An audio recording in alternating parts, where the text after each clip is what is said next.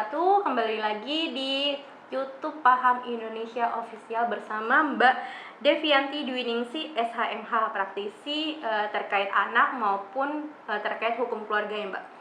Nah, kita di sini akan membahas terkait perceraian. Bagaimana sih proses perceraian itu gitu? Apakah ada perbedaan antara yang mengajukan istri ataupun yang mengajukan suami? Nah, kita mulai Mbak. Terkait perbedaannya apa sih Mbak yang paling krusial ketika misalnya suami yang mengajukan atau misalnya istri gitu yang mengajukan, itu terkait para pihaknya adakah yang berbeda atau misalnya terkait surat-suratnya apakah berbeda ataupun tempat pengajuannya berbeda? Ya.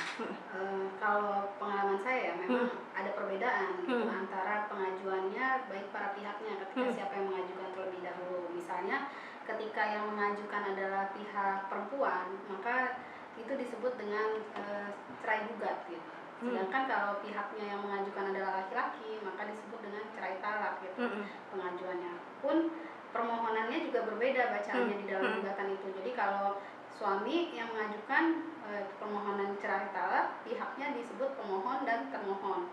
Sedangkan kalau istri yang mengajukan, itu pihaknya disebut tergugat dan penggugat gitu. Artinya di situ sudah ada perbedaan antara para pihaknya, penyebutan dalam gugatannya seperti itu.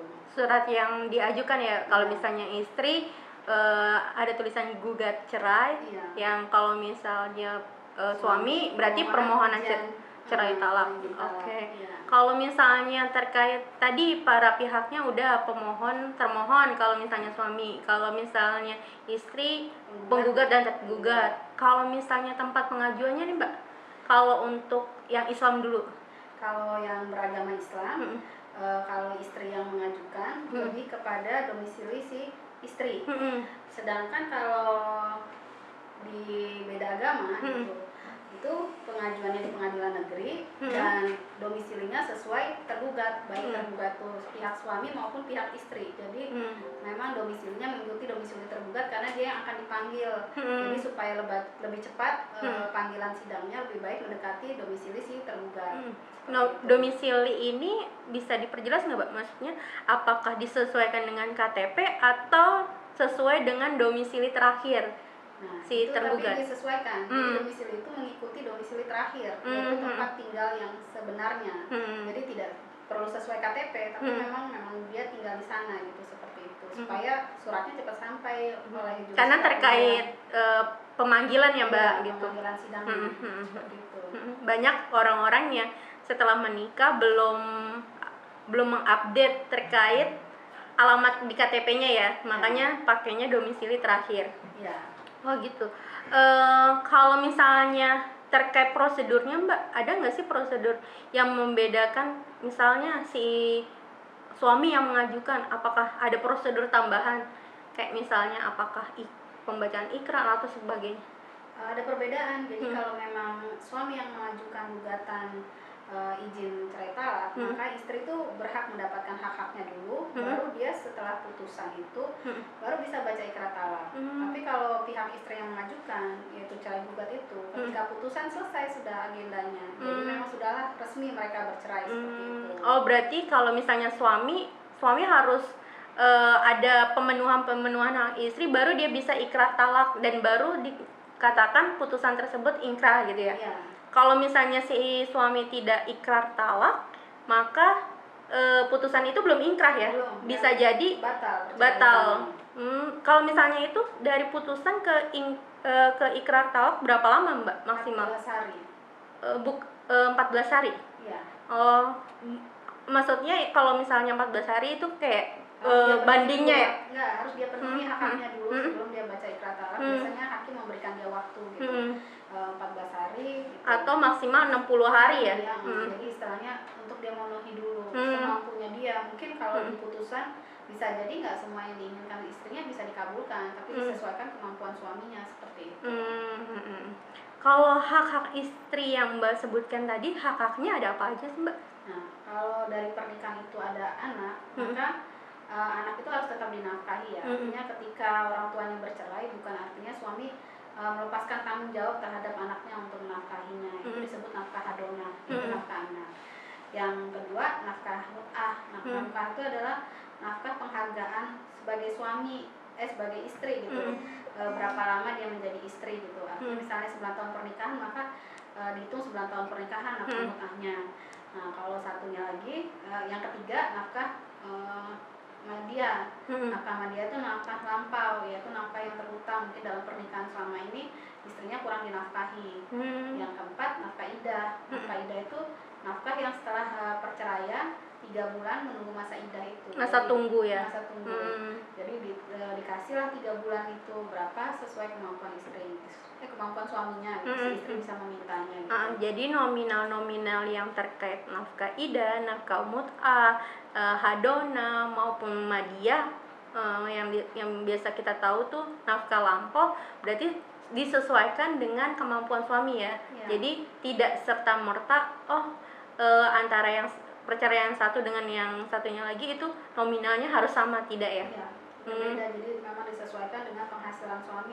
Biasanya dilihat dari mana tuh Mbak? Slip gaji atau juga mungkin surat keterangan penghasilan dari kantornya, kita bisa mintakan buktinya gitu kepada yang buku rekening gaji bisa juga ya. Kalau misalnya nafkah masa lampau nih Mbak, bisa dikasih tahu nggak sih cara hitungnya? Gimana maksudnya masa lampaunya itu? Ya, artinya masa lampau itu bisa dihitung misalnya ketika proses persidangan itu kan mereka udah nggak dinafkahin lagi tuh. Bisa jadi misalnya 6 bulan prosesnya, berarti nafkahnya 6 bulan ini dia bayarkan. Karena kan belum putusan kan, artinya mereka masih dalam hubungan suami istri sebenarnya, masih dalam ikatan pernikahan, mungkin sudah tidak harmonis. Nah, itu tetap harus dia bayarkan seperti itu. Oke. Kalau nafkah hadonah ini lebih berapa tahun ya Mbak? Maksudnya waktunya? Sampai usia anak 21 tahun ya. 21 tahun. Dan mungkin sudah lulus kuliah dan anak-anak itu sudah bisa mencari, sudah mandiri lah, sudah bisa mencari sendiri, sudah bisa bekerja seperti itu. Jadi bapaknya boleh tidak bertanggung jawab lagi setelah 21 tahun. Ataupun mungkin sebelum 21 tahun tapi anaknya sudah punya penghasilan atau menikah gitu ya Mbak. Sebelum usia itu mungkin 18 tahun gitu kan, kalau menikah kan sudah dianggap dewasa ya. Jadi tidak lagi terhitung sebagai anak gitu.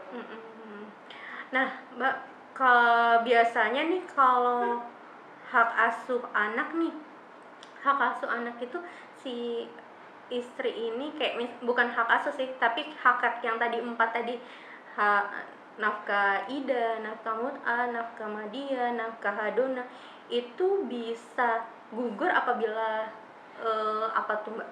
Kalau istrinya tidak berkelakuan baik, artinya tidak punya perilaku yang baik seperti misalnya pemadat, perokok, pemboros, atau berselingkuh dengan istrinya, maka istri yang dianggap tidak baik itu, maka dia tidak bisa mendapatkan hak asuh anaknya gitu. Dan tidak juga mendapatkan nafkah-nafkah tadi gitu. Karena dia tidak berkelakuan baik sebagai seorang istri selama ini. Kalau di dalam Islam bisa dikatakan nusus ya Mbak ya? Itu semua itu diatur dalam hukum perkawinan, undang-undang perkawinan sama kompilasi hukum Islam. Kalau memang yang bercerai itu adalah orang Islam. Oke.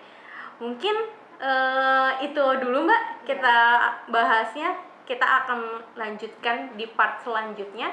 Nah, ditunggu nih teman-teman, kalau ada pertanyaan atau misalnya mau saran-saran atau misalnya mau tanya langsung, bisa melalui komen Paham Indonesia ataupun IG Paham Indonesia ataupun di website Paham Indonesia. Nah, terima kasih buat Mbak Devi.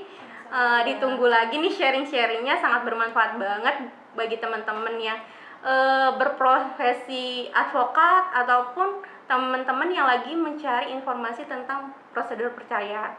Ya, terima kasih. Assalamualaikum warahmatullahi wabarakatuh. Waalaikumsalam.